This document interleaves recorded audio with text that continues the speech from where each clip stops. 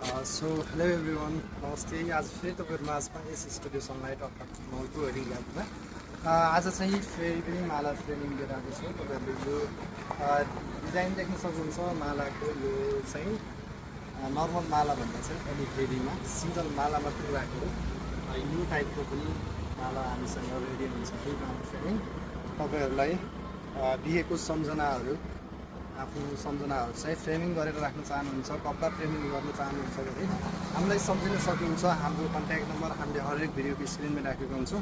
सोही नम्बरमा हजुरहरूले डाइरेक्ट कल या वाट्सएप गरेर आफ्नो माला फ्रेमिङको लागि के गर्नुपर्ने हो त्यो कुराहरू बुझ्न सक्नुहुन्छ। या त हाम्रो पसल भिजिट गर्न चाहनुहुन्छ भने हाम्रो पसलको लोकेसन नवलपरासीको चोरमारा बजारमा रहेको छ।